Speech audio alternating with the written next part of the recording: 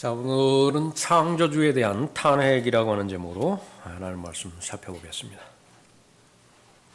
제일 어려운 시국에 우리가 살아가고 있습니다. 탄핵 정국의 소용돌이 속에 그렇게 빠져 들어가 있는데, 탄핵의 여러 대상들이 있지만은 가장 핵심적인 대통령 탄핵 심판, 그것이 지금 진행 중이죠. 국가로부터 공직을 부여받은 자가 그 의무를 다하지 못한다고 판단할 때 탄핵할 수 있는 것입니다. 성경에도 여러 종류의 탄핵이 나오며 무엇보다도 하나님의 사람들이 하나님의 뜻을 받들어서 행해야 되는 직무 가운데 재판이 있습니다. 백성들을 재판을 해야 되죠. 그 가운데 사무엘이 재판관이었듯이요, 사무엘의 두 아들도 재판관이었는데 무엇보다도 하나님의 법에 따라서 해야 됩니다. 성경은 법치주의예요. 하나님의 법에 따라서 판단을 하는 것입니다. 그 다음에 양심입니다. 그런데 그 두 부분에 있어서 전혀 잘못되어 있습니다. 사무엘상 8장 3절에 보면 사무엘의 아들들이 재판을 왜곡하는 부분들이 나오는데, 그의 아들들이 그의 법도대로 행하지 아니하고 돌이켜 이익을 따라 뇌물을 취하며 잘못된 재판을 하더라. 국가가 어려움에 처할 때 다른 그 영역에 있어서도 군사적인 영역, 또 행정적인 영역 여러 가지 있겠지만은요, 최종적으로 사법의 영역에 있어서 어려움을 겪고 있다. 그것은 다른 말로 하면 사법부의 신뢰를 잃어버리는 때입니다. 아무리 다른 부분에 있어서 불공정하고 또 불이익을 받는다 하더라도 사법부가 판단을 내렸을 때에 그것에 동의하고 복종하는 것이거든요. 그러면 해결됩니다. 그런데 만약에 그 보루의 최후의 보루가 무너졌다, 그러면 그건 가능성이 없어요. 그것은 폭력이 그 자신을 변호해 줄 것이고요. 그 폭동, 구테타, 이런 것들은 그 다음에 일어날 그런 그 자연스러운 일들입니다. 여기에 대해서 이스라엘 전체가 다 들고 일어납니다. 그러므로 이스라엘의 모든 장로들이 모여 라마에 이르러 사무엘에게 와서 그에게 말하기를, 보소서 당신은 늙고 당신의 아들들은 당신의 법도대로 행하지 아니하니 이제 모든 민족들처럼 우리에게 왕을 세워 우리를 재판하게 하소서 하더라 그랬습니다. 탄핵했죠. 두 재판관들을 탄핵했습니다. 또 하나의 경우는 유다의 아사왕의 경우예요. 열왕기상 15장에 나오는 유다의 왕인데, 하나님을 신뢰하지 않고 강대국의 왕들을 신뢰합니다. 이것이 바로 육신의 가장 강한 성향이지요. 적과 동맹을 오판합니다. 얼마나 역사는 반복되는지 보세요. 분별을 잃어버려서 누가 적이고 누가 동맹인 것인지 그것을 오판하게 만듭니다. 그래서 시리아는 유다의 적인데 그것도 주적이에요. 자신의 보물 창고를 열어서 이 은과 금을 시리아에게 뇌물로 바치는 것입니다. 그것이 그대로 부메랑으로 돌아옵니다. 자업자득이지요. 하나님께서 그 아사 왕을 징계하셔서 병들게 했는데 발에 아주 심한 병이 생겼죠. 마지막 순간입니다. 그때에 하나님께 자백을 해야 되는데 하나님께 그 마지막 기회도 잃어버리고 의사들에게 구합니다. 하나님의 진노를 토사죠. 그건 의사가 고칠 병이 아니에요. 그렇게 해서 결국은 죽습니다. 자신의 병으로 인해서. 드러난 현상은 병 때문에 죽은 것이거든요. 그런데 그 원인은 어디서부터 있는 것이냐? 그럼 분별력을 잃어버렸어요. 아주 게으른 사람입니다.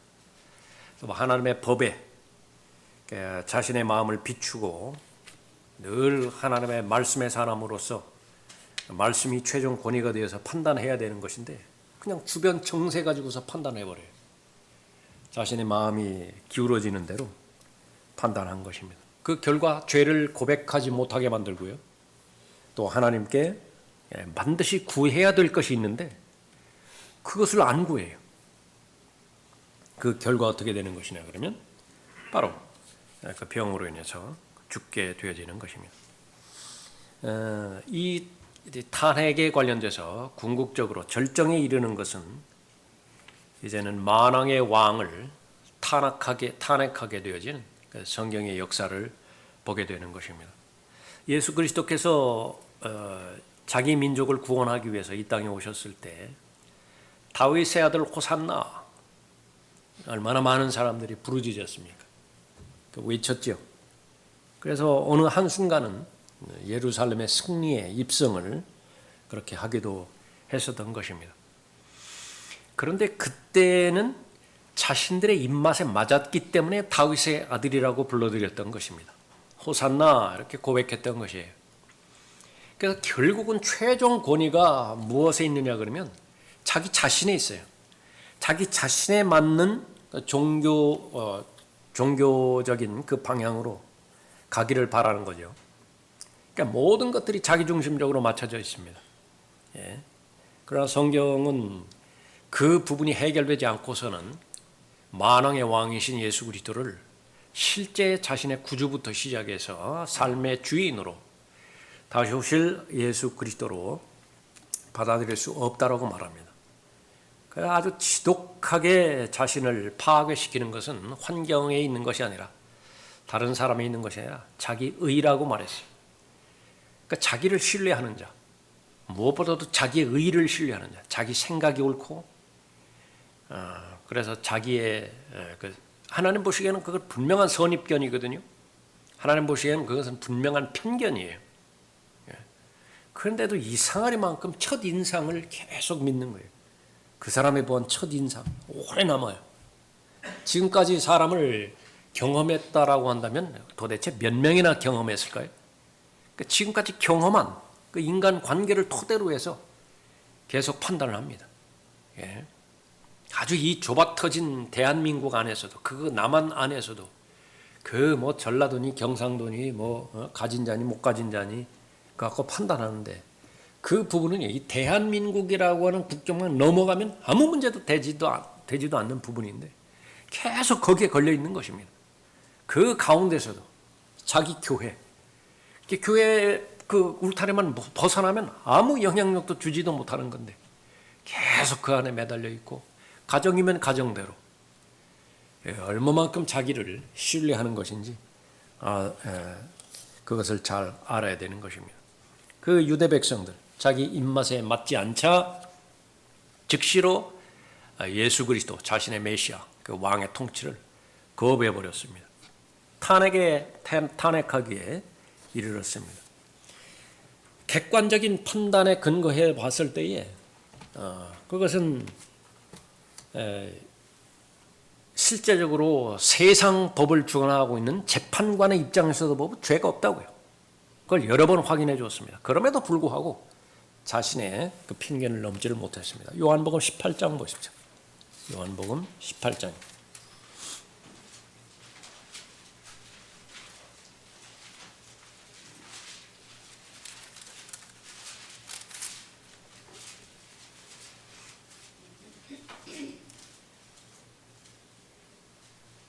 (38절에) 보면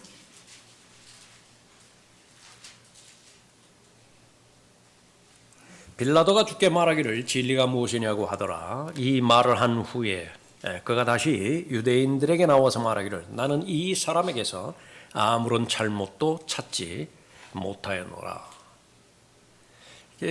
죽인다라고 하는 것은 그 형법에 관련된 부분인데 종교적인 면에 있어서는 나는 잘 모르겠다. 그건 너희들이 알아서 할 일이고 그러나 죽인다라고 하는 문제는, 죽이라고 하는 문제는 이건 전혀 다른 차원이다. 근데 이 사람을 죽여야 되겠느냐? 나는 거기에 대해서 전혀 잘못을 찾지 못하겠다. 그렇게 선언을 해주는 거예요. 그 판단을 근거예요. 이 어떻게 보면 이 유대의 백성의 입장에서 보면 최종 판단이에요, 그것이.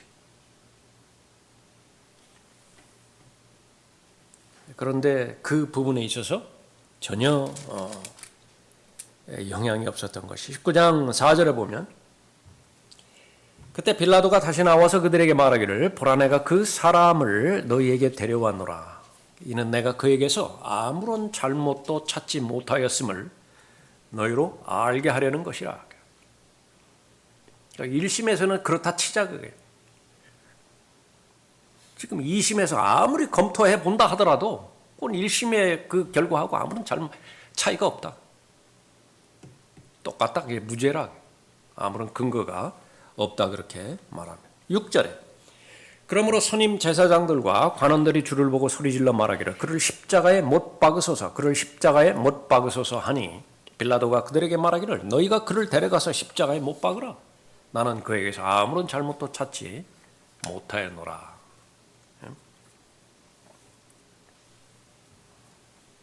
최종적으로 유대 백성들은 죽이는 것 외에는 대안을 찾지 못했던 것이죠. 결국은 이 빌라도가 역시 마찬가지로 분명히 법의 기준이 있음에도 불구하고 군중들을 두려워함으로 인해서 군중들을 두려워하면 이제 폭동이 일어날 것이고 폭동의 결과 그 카이사로부터 그 신임을 잃어버리게 되겠죠. 자신의 권위가 지금 위태위태하다. 그 유익과 관련돼 있다고요. 똑같아요. 사무엘의 두 아들들이 재판을 왜 왜곡했는 것이냐. 그러니까 돈 때문에 그런 거예요. 자신의 이익 때문에 재판을 왜곡했는데 이 빌라도도 마찬가지입니다. 그것을 고소했어야 되는데 그러지 못한 것입니다. 16절에 보십시오. 19장 16절에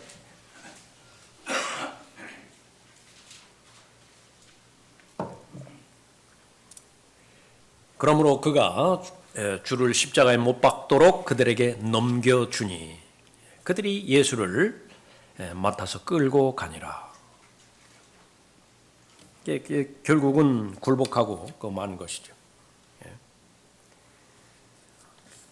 탄핵받은 그 위정자들, 대통령들 왜 원인이 없겠어요? 뭔가가 원인이 있겠죠. 거기는 또 그 불공평하다거나 억울하다거나 그런 그 부분도 섞여 있을 것입니다. 그러니까 성경에 나오는 예수 그리스도의 탄핵 여기에는 어떠한 공평한 부분도 없습니다. 그 시작부터 마지막까지 온전히 그 재판 전체가 불공정한 재판이었고 그 결과 사형에 처한 그 형벌도 불공평했지만은요, 이것은 이상하게 여겨질 만큼 침묵으로 일관하셨습니다. 어떤 항변도 하지 않으셨어요. 어떤 인간에게 호소하지도 않으셨던 것입니다. 억압을 당했고 고난을 당했지만은 도살장 앞에 끌려가는 어린 양처럼 침묵으로 일관하셨습니다. 그 목적은 바로 그 길만이 자신을 혼의 속죄제물로 바쳐져서 세상 죄를 해결할 수 있기 때문에 그런 것이죠. 단 한 곳에 자신을 호소했는데 그것은 아버지 하나님입니다. 세상은 신뢰를 두지 않았어요. 세상 법정에도 신뢰를 두지 않았고 아버지께만 의존을 했습니다. 그리스도인이 여러 가지 형편에 따라서 고소권에 휘말릴 수도 있습니다. 소송을 할 수도 있어요. 그러나 대전제가 있습니다. 그것은 반드시 아버지 하나님을 신뢰하는 가운데 아버지 하나님께서 허락하신 범주 내에서 그렇게 하는 것이에요. 그리스도인끼리는 고소하지 않습니다. 그러나 상대방이 그리스도인이 아니라고 평가가 됐을 때는 자신의 재산을 지키기 위해서 그리스도인도 고소할 수 있어요. 그러나 어떤 형편에서든지 하나님을 신뢰해야 되는 것입니다. 왜 그렇습니까? 의롭게 심판하시는 분은 아버지 한 분밖에 계시지 않는 거예요. 그분만이 공의로우시고 공평하시기 때문에 하나님께 의탁하는 것입니다. 베드로전서 2장 23절에서도 보면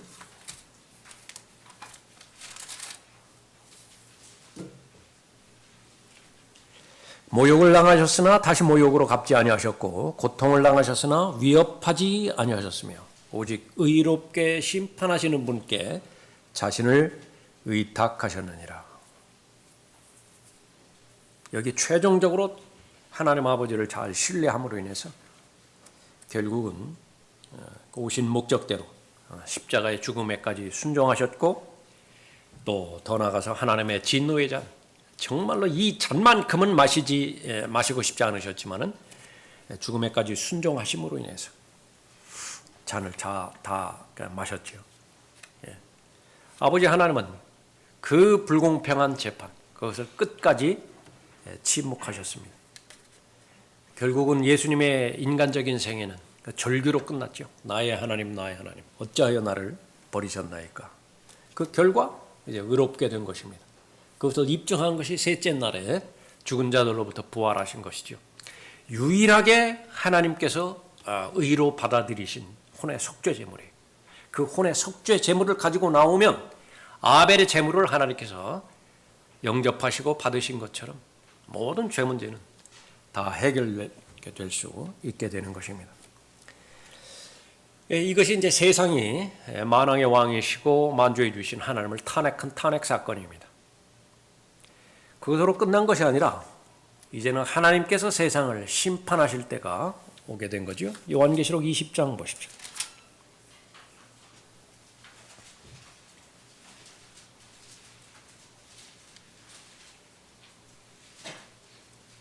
마지막 법정.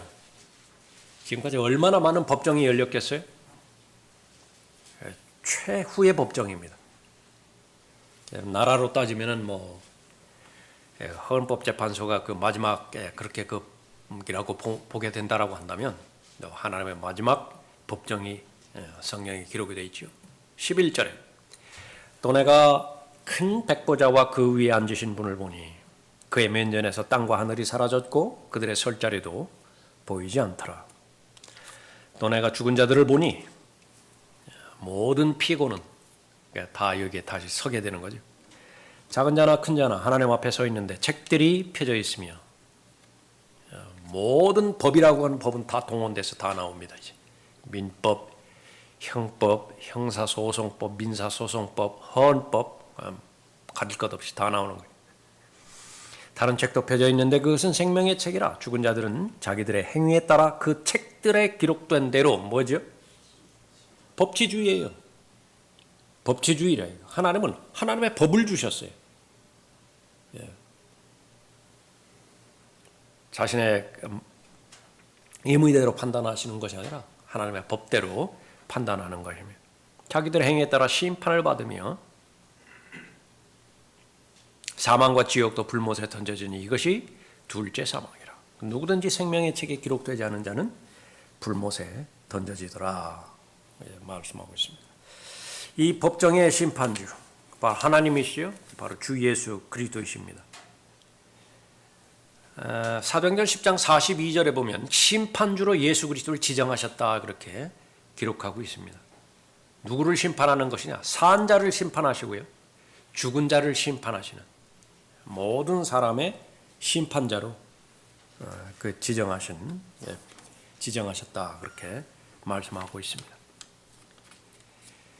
이때에 바로 마지막 탄핵이 이루어지는데, 하나님에 대한 마지막 탄핵이 이루어지는데, 로마서 3장 4절에 의하면 이 앞에서는 모든 피고인들이, 죄인들이 그 심판주이신 하나님을 심판하게 되는 것입니다. 이는 주께서 주의 말씀에 의롭다함을 얻으시고 판단받으실 때에 이기려 하심이라. 여기서 모든 변론이 이제 다 동원되는 거예요. 마지막 심판에서. 자기가 하고 싶은 말을 다 그렇게 하는 것입니다. 그래서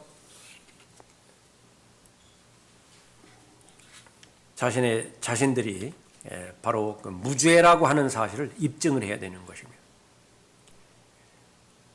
이때에는 얼마만큼 무서운 자리냐 그러면은요, 자신이 범죄했는데 그 죄 문제를 면제받기 위해서 자기 자신이 변호를 해야 됩니다.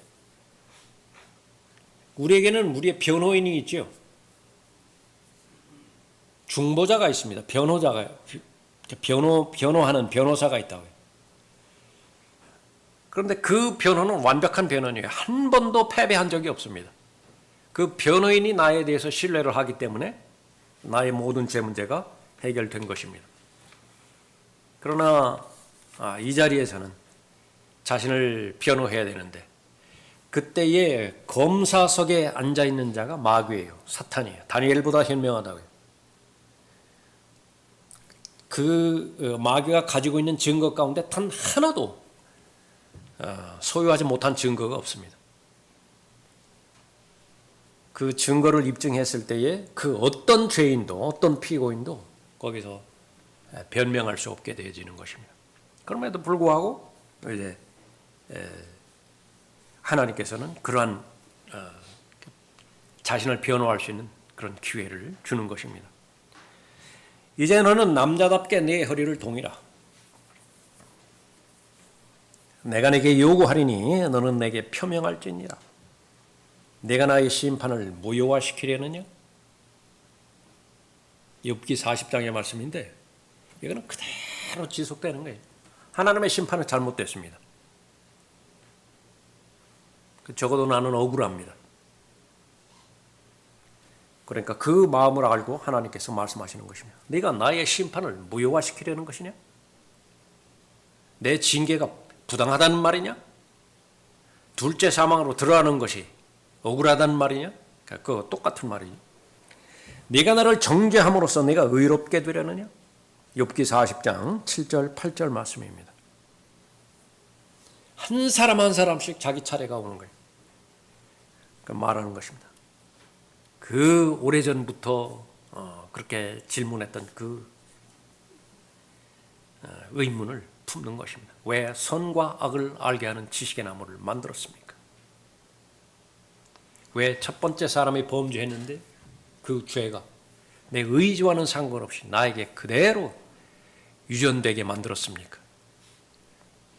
내가 내 어머니의 태에 있을 때조차 왜 나는 죄인의 신분으로 태어나야 됩니까? 왜 교회에 그렇게 많은 위선자를 주셔서 나는 교회 나가고 싶었는데 교회 나가지 못하도록 만들었습니까? 그거 하나님 책임 아닙니까? 내가 그렇게 주의 이름으로 기적들을 행하고 마귀들을 그렇게 쫓아냈는데 왜 내가 이 자리에 서야 됩니까? 수많은 질문들이 하는 거예요. 나는 11조 빼먹은 적도 없고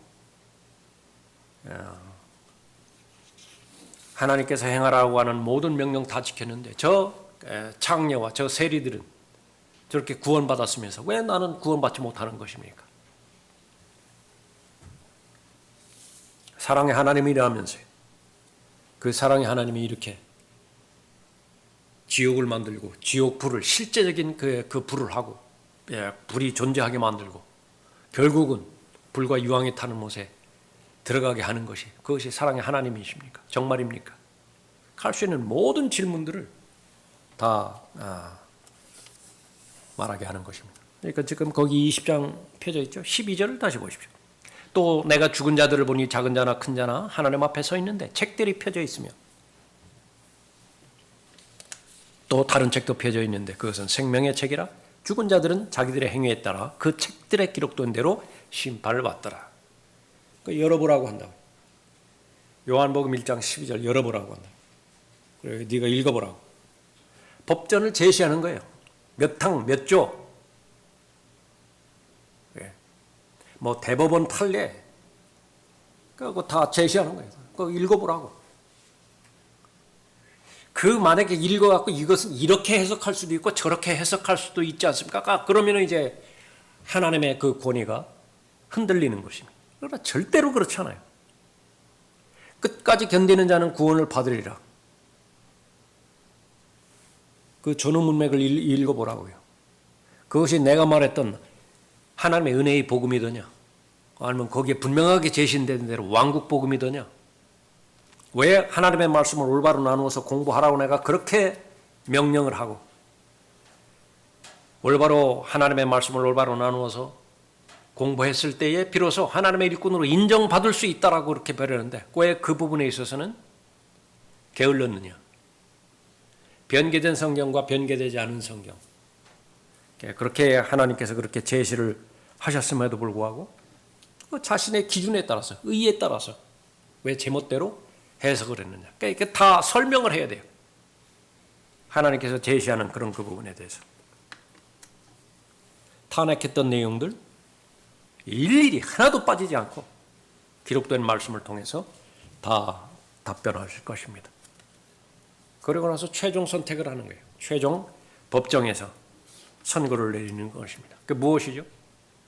하나님께서는 복 주시기를 원했다고요. 그 복 가운데 복의 절정에 해당되는 것이 예수 그리스도이셨죠. 예수 그리스도 자체가 하나님께서 주시는 복이었고, 하나님의 입에서 나오는 모든 말씀이 하나님의 복이었고, 기록된 말씀 역시 마찬가지였는데 그걸 다 거부해버렸어요. 다. 결국은 남는 것이 무엇이냐? 마귀 편에 서는 것입니다. 하나님의 말씀이 더 신뢰의 대상이냐, 마귀의 거짓말이 더 신뢰의 대상이냐. 정직하면 하나님의 말씀을 동의하고 하나님의 말씀에 순종했을 텐데 부정직했다고요. 왜 그렇죠? 그 자기의 의를 신뢰를 해버렸어요. 자기의 의는 본인도 신뢰하면 안 돼요. 그걸 한두 번 말씀하셨느냐.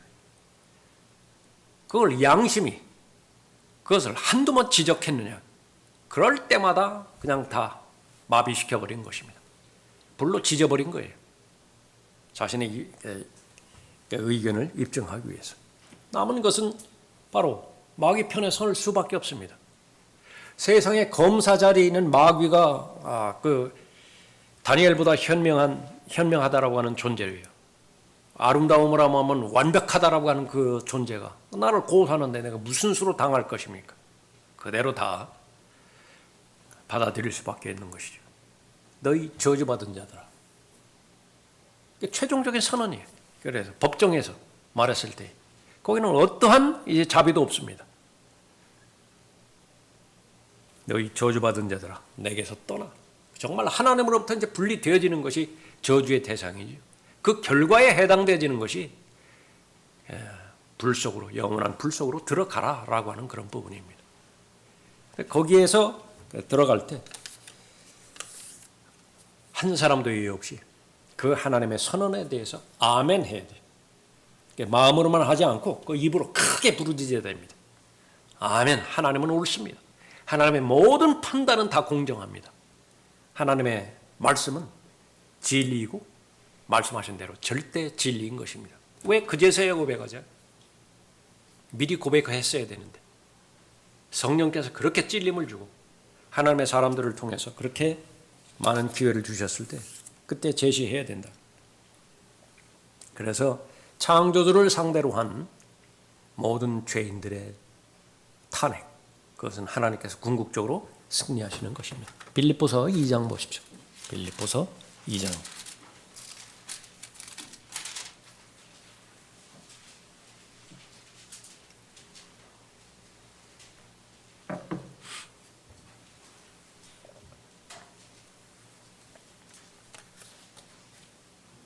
(6절에) 보면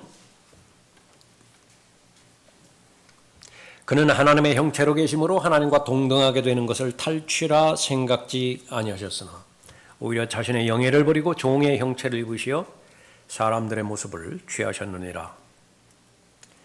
그리하여 사람과 같은 모양으로 나타나셔서 자신을 낮추시고 죽음에까지 순종하셨으니 십자가의 죽음에까지라. 이로 인하여 하나님께서는 그를 지극히 높이시고 모든 이름 위에 있는 한 이름을 그에게 주사 하늘에 있는 것이나 땅에 있는 것이나 땅 아래에 있는 것이나 모든 무릎을 예수의 이름에 꿇게 하시고. 어디죠? 조금 전에 읽었던 요한계시록 20장이에요. 여기는 마귀도 포함됩니다.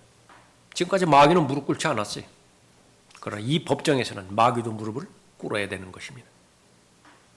모든 혀가 예수 그리스도를 주라 시인하여, 예수 그리스도를 주로 시인하면 구원받는 거예요. 그러나 이때가 오기 전에 예수 그리스도를 주라고 시인했어야 되는데 너무 늦어버렸어요. 모든 혀가 예수 그리스도를 주라 시인하여 하나님 아버지께 영광을 돌리게 하셨느니라 말씀하고 있죠.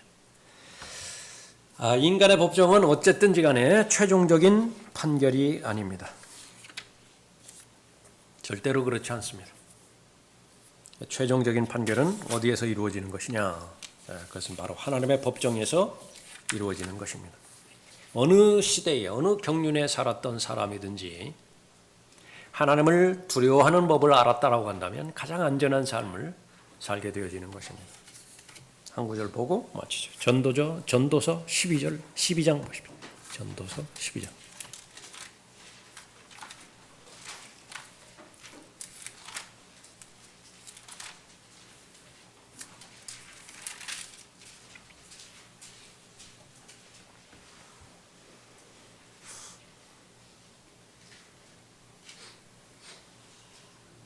(12장) 13절에 전체 일의 결론을 들을지니, 지금 법을 다루는 부분이었으니까, 특히 탄핵과 관련된 부분을 다루니까 그러니까 법정을 생각해보세요. 최종 판결. 전체 일의 결론을 들을지 하나님을 두려워하고 그의 계명들을 지키라. 결국 같은 말로 다시 돌아오려. 진리이기 때문에 그렇습니다. 이것이 사람의 모든 의문이 법치주의예요. 모든 의문, 법을 지켜야 된다고요. 이는 하나님께서 선이든 악이든 모든 행위와 모든 은밀한 것들을 심판하실 것입니다. 선이면 선대로 판단하죠. 그리스도인에게 적용되어지는 부분들은 바로 그리스도의 심판석일 것입니다. 그러나 또 하나 다시 한번 확인하는 것을 은밀한 것들이라고 말씀하셨죠. 이거는 좋은 것도 있고 나쁜 것도 있습니다. 좋은 것 가운데서 은밀한 것. 굳이 사람들이 알아줄 필요는 없다고 여겨지는 많은 것들이 드러날 거예요. 특히 그 가운데 하나가 기도죠. 기도. 기도는 참으로 성숙한 하나님의 자녀들만이 행할 수 있는 영적 유산입니다. 왜 그렇죠? 기도하는 사람은 아버지 하나님을 의탁할 수 있는 사람이기 때문에 그래요. 그러나 사람이라고 하는 것은요, 그 사람이 알아줘야 돼요. 그 사람이 나에 대해서 오해를 하고 있는데 그 사람에게 그 사람이 하고 있는 오해를 풀어야 돼요. 그래야 내가 견딜 수 있다고요. 근데 그 오해가 풀려지지 않으면 어떻게 돼요? 나는 견디지를 못한다고요. 그 선을 극복해야 됩니다. 극복할 수 있는 방법이 무엇이에요? 그러니까 이미 다 알고 있어요. 심지어 동기까지 알고 있다고요. 그분께 나의 모든 상황을 의탁한다라고 한다면 그것은 참으로 하나님께서 인정하시는 선한 사람이에요. 나쁜 것들 말할 것도 없습니다. 은밀한 것들. 얼마나 많은 사람들이 자신의 마지막 호흡을 하면서 다행이라고 생각하면서 죽어갔을까요? 그러니까 이 일만큼은 절대로 알아서는 안 돼요. 그 가운데서도 완전 범죄가 얼마나 많겠습니까? 완전 범죄라고 확실했던 것이 얼마나 많이 있겠어요. 사람들이 죽어가면서. 또 설령 드러났다 하더라도 공소시효가 만료되었기 때문에 이제 법적으로는 전혀 제재를 받지 않는 그런 경우도 얼마나 많을 거예요. 또 얼마나 억울하게 피고가 피해자가 가해자가 되고 가해자가 피해자가 되고 그런 그 숱한 사건들이 얼마나 많겠어요. 그러나 그 사람들이 죽음으로 끝이라고 생각한다고 한다면 지금까지 자기가 입었던 데미지, 지금까지 자기가 경험했던 손해, 그건 어림도 없어요. 어림도 없다고요. 어림도 없어요. 이걸로 끝이어야 되는데, 마지막이어야 되는데 다른 법정이 열리더라고요. 그 법정은 바로 증거 가지고서 뭐 논하는 그런 법정이 아니에요. 마음의 상상을 이미 알고 계시는 분 앞에, 그 재판장 앞에 서는 자리라. 그런데 그것이 설마 했는데 정말로 일어나는 거예요. 끔찍하다. 성경을 미리 기록하신 목적은 뭐예요? 그런 자리에 피고로 서지 말라. 죄인으로 서지 말라는 것입니다. 모든 행위와 모든 은밀한 것들을 심판하실 것입니다. 인간의 법정에서 드러나지 않은 모든 죄악들, 알려지지 않은 모든 수치들, 또 비밀로 간직된 모든 그 비밀들, 그것이 드러날 것인데 두 가지입니다. 낱낱이 드러날 것이고요. 낱낱이 드러난다는 동기까지 포함이 된다고 말해요. 정말로 그 선한 그 과정, 선한 결과 이것만 보고서 사람들은 참으로 박애주의자였다. 참으로 본받아야 될 자선가였다. 그렇게 봤는데 그 속이 드러나 버리니까 사람이 깜짝 놀라버리는 거예요. 저런 동기로 그 짓을 했느냐고. 또 하나는 공개적입니다. 공개적으로 드러난다. 공개적으로. 그것은 참으로 두려운 일이라 그렇게 말할 수 있습니다. 여러분이 예수 그리스도를 개인의 구주로 믿고 마음으로 믿어서 입으로 시인함으로 인해서 구원받았다라고 한다면 이 끔찍스러운 이 결과를 영원히 해결받은 것입니다. 이보다 더 안전한 것이 어디 있어요? 이보다 더 담대한 자리가 어디 있습니까? 이것은 믿음의 삶을 시작하는 근거이고 또 하나 그러한 그리스도인에게 이제는 선에 대해서 선한 행위에 대해서 판단하시는 예수 그리스도에 대해서 계시를 또 주셨죠. 그렇게 이제 진전해 나가는 것입니다. 그렇게 해서 구원받기 전에도 하나님을 두려워하기를 바라시는 것이고요. 구원받은 이후에도 여전히 주의 두려우심을 알기 때문에 권고하노라 그렇게 말씀하셨죠. 구원받은 다음에 이제는 왜 신중하게 그리스도인의 삶을 잘 살아야 되는 것인가. 또 하나님의 법정을 우리가 알기 때문에 하나님을 신뢰하기 때문에 그런 것입니다. 여러분이 혹 억울한 일이 있고요. 해결되지 않고 사람들 사이에서 말로 또 행위로 해결되지 못한 부분이 있다면 조금 더 큰 믿음을 소유하시고 의롭게 판단하시는 그분께 모든 것을 의탁하십시오.